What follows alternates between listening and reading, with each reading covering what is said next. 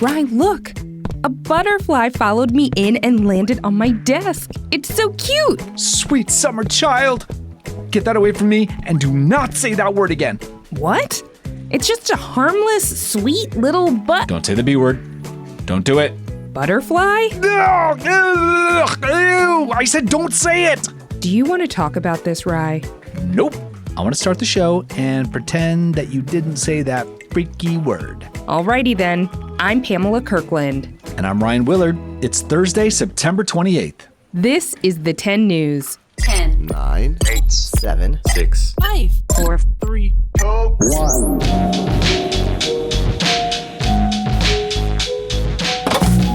We're on a path to finishing the NDA this week. When I see some of these politicians talk, I can't help but wonder, how old are they? It feels like they've been in office forever. Yeah, the age of our elected officials and how long their terms are is definitely a thing. I think some of them are older than donuts. Donuts were invented by Dutch immigrants in the late 17th century. So you're saying I'm right?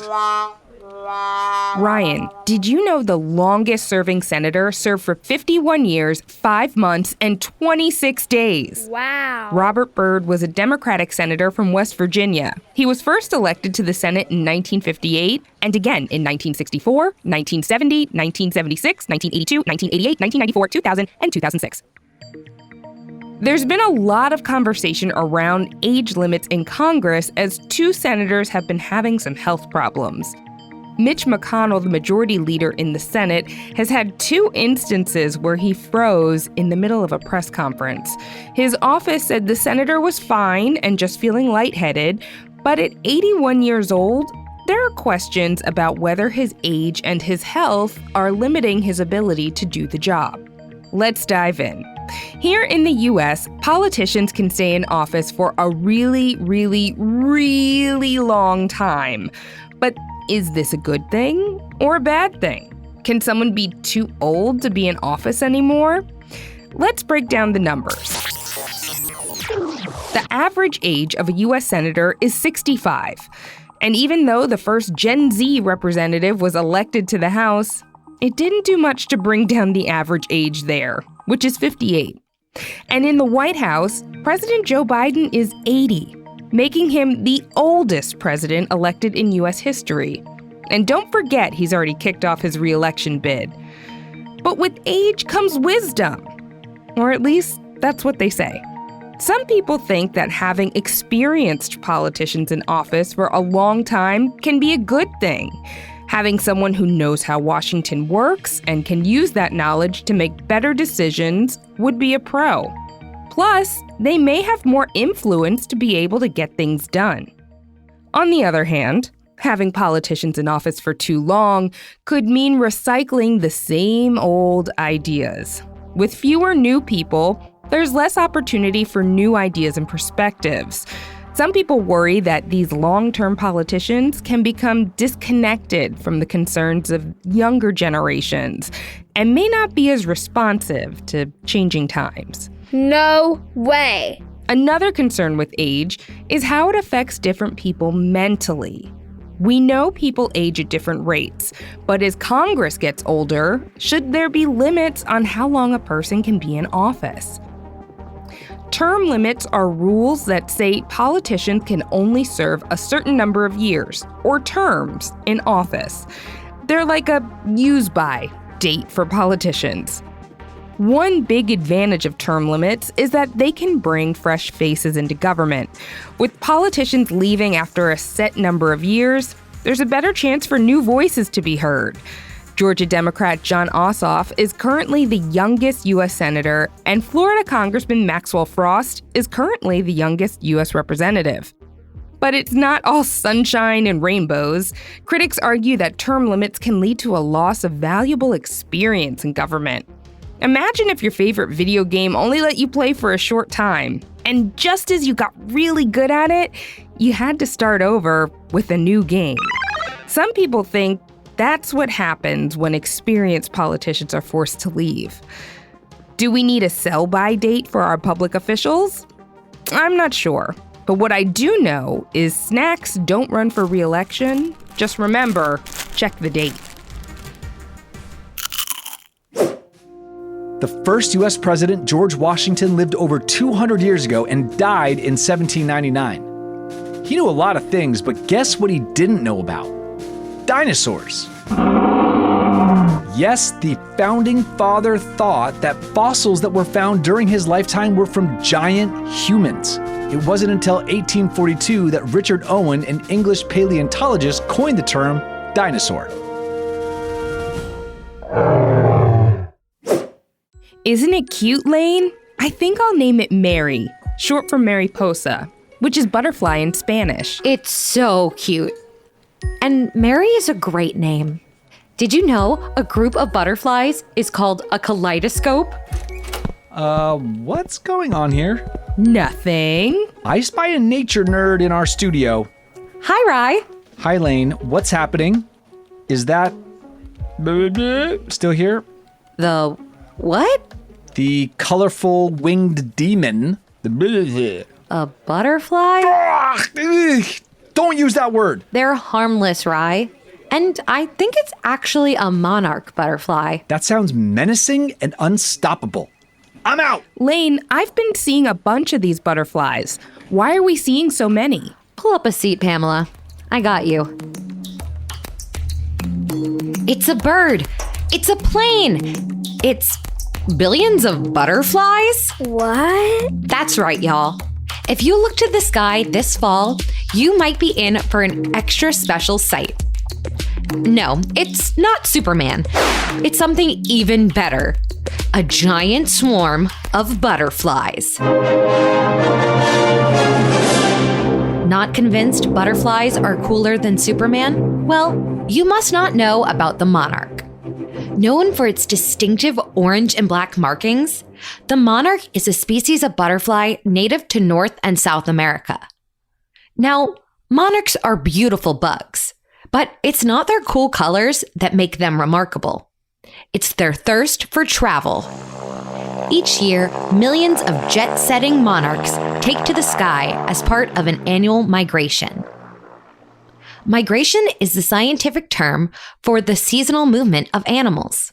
Not all animals migrate, but those that do travel long distances so that they can find food, warm weather, and good shelter. Every fall, millions of monarchs leave their summer breeding grounds in the northern United States and fly south to avoid cold winter weather. As summer draws to an end, monarchs sense a change in the weather and fly south to Southern California, Florida, or special mountain ranges in Mexico. The butterflies will perch in trees and hibernate until spring arrives. Then they begin their journey back north. Monarch migration is the journey of a lifetime. Well, 4 lifetimes, technically speaking. You see, butterflies have very short lifespans. Most monarchs only live 2 to 6 weeks. Those that hibernate can live a few months longer, but it's still not enough time to complete their trip. Oh man. Their little wings just can't take them the full 3,000 miles. So, they set up a relay to cover the distance. As a monarch nears the end of its life, it realizes it's time to pass the baton. The monarch ends its leg of the race by laying eggs. Eventually, the eggs hatch and monarch caterpillars emerge. Once they go through metamorphosis, the butterflies soar through the sky until it's time for them to pass the baton to their babies. This process repeats itself until the monarchs reach the home of their great-grandparents. Honey, I'm home! Now, scientists have studied monarch migration since the 1940s, yet they're still puzzled by this unique multi-generational migration. They understand the who, what, where, when, and why. The only question that still bugs them is how. How do monarchs know how to get to places they've never seen before? Taxi!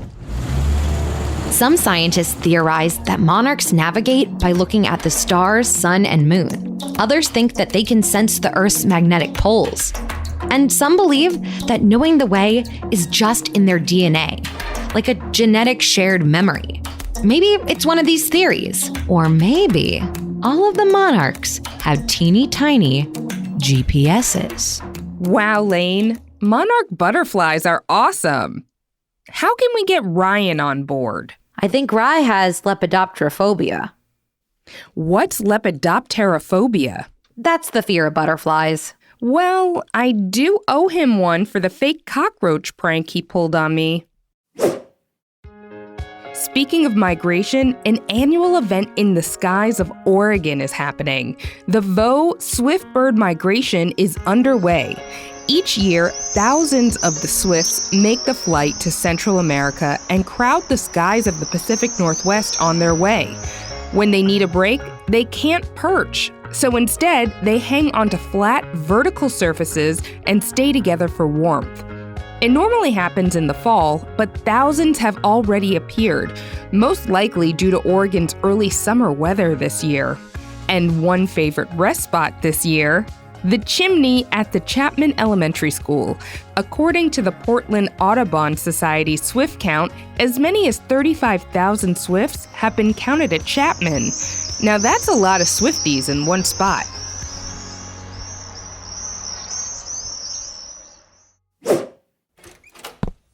Welcome to the trivia room. Owen, dude, I gotta hide in here. Okay, is everything all right?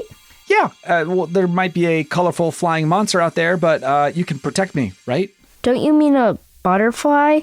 Anyway, sure, but only if you hop up on the trivia throne and answer correctly. Oh gosh, the pressure! Fine!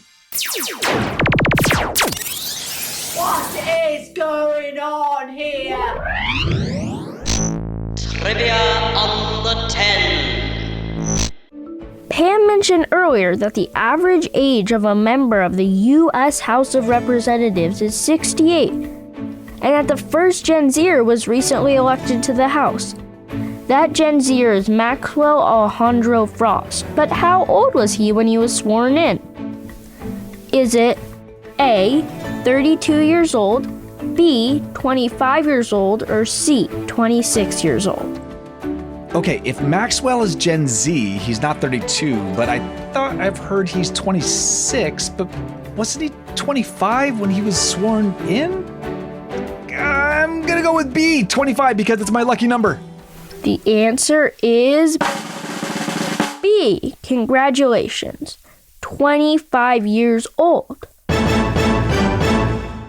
Representative Frost of Florida's 10th Congressional District was born on January 17, 1997. He was just 25 years old when he was sworn in on January 3, 2023, and turned 26 2 weeks later. And by the way, 25 years is the minimum age to join the House. Oh, thank goodness. So you'll let me keep hiding in here? No, I actually have to lock up. I have to head home to do some homework. Anyways, tenors, do you want to join me in the trivia room and drop some hot knowledge? If so, visit the10news.com/contact to get in touch, and we might have you on the show. Okay, if I can't hide in the trivia room, maybe I can hide in the... Hey, Ryan, want to see Butterfly? No, of course not. Catch! Did you just throw a stick of butter at me? Yeah, I made butter fly. Okay, that was a good one. That was actually really good. Touche. Thanks. Want to give 10 new snaps to one of our listeners? Yep, but before we do, here's a quick note for the grown-ups. Time for 10 new snaps. Tenors Andy and his father left us a review on Apple Podcasts and said, "This is amazing." That is a quick, concise, and phenomenal review. Thank you, Andy and his father, and thanks for listening to the 10 News. 10 Things You Need to Know drops every Tuesday, and our in-depth reports drop every Thursday. And if you want some bonus content, you can join the Tenors Club on our website or on Apple Podcasts. The 10 News is a co-production of Small But Mighty Media and Next Chapter Podcast and part of the Airwave Podcast Network. The 10 News creative team is making fun of Ryan for his fear of butterflies. Who wrote that? And includes Tracy Crooks, Logan DeYoung, Kareen Katabayan, Carson Potter, and Chad Chennai. Our favorite nature nerd, Laine Farber, and our tenor, Owen, contributed to this episode. Our production director is Jeremiah Tittle, and our executive producers are Donald Albright and show creator Tracy Leeds Kaplan. I'm Ryan Willard. And I'm Pamela Kirkland. Thanks for listening to the 10 News. Goodbye, Mary. Enjoy your trip to Central America. And good riddance, you terrifying beast!